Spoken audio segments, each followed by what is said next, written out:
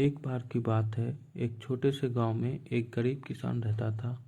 वह दिन रात मेहनत करता था, लेकिन उसके पास केवल एक ही घोड़ा था जो उसकी सारी खेती के काम करता था।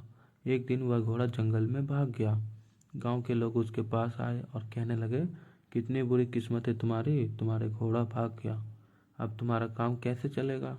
किसान ने शांतिपूर्वक उत्तर दिया, यह अच्छी किस्मत है या बुरी, यह समय बताएगा। कुछ दिनों बाद वह घोड़ा वापस आया और साथ में एक जंगली घोड़ी भी ले आया।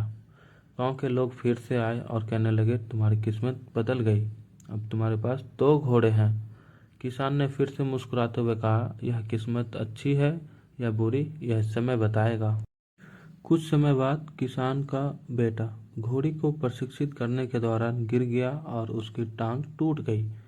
गांव के लोग फिर से आए और कहने लगे, कितनी बुरी किस्मत है तुम्हारी, तुम्हारे बेटे की टांग टूट गई, अब वह तुम्हारी मदद नहीं कर पाएगा। किसान ने एक बार फिर उत्तर दिया, यह अच्छी किस्मत है या बुरी, यह समय बताएगा।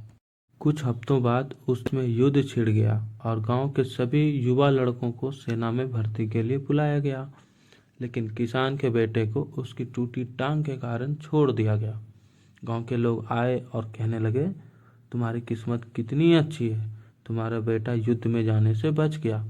किसान ने मुस्कुराते हुए कहा, यह अच्छी किस्मत है या बुरी, यह समय बताएगा।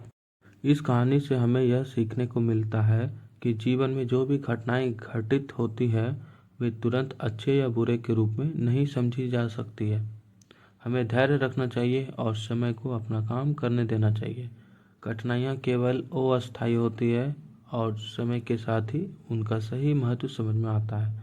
इसलिए जीवन में जो भी हो उसे सकारात्मक दृष्टिकोण से देखना चाहिए और विश्वास रखना चाहिए कि समय के साथ सब कुछ ठीक हो जाएगा। धन्यवाद।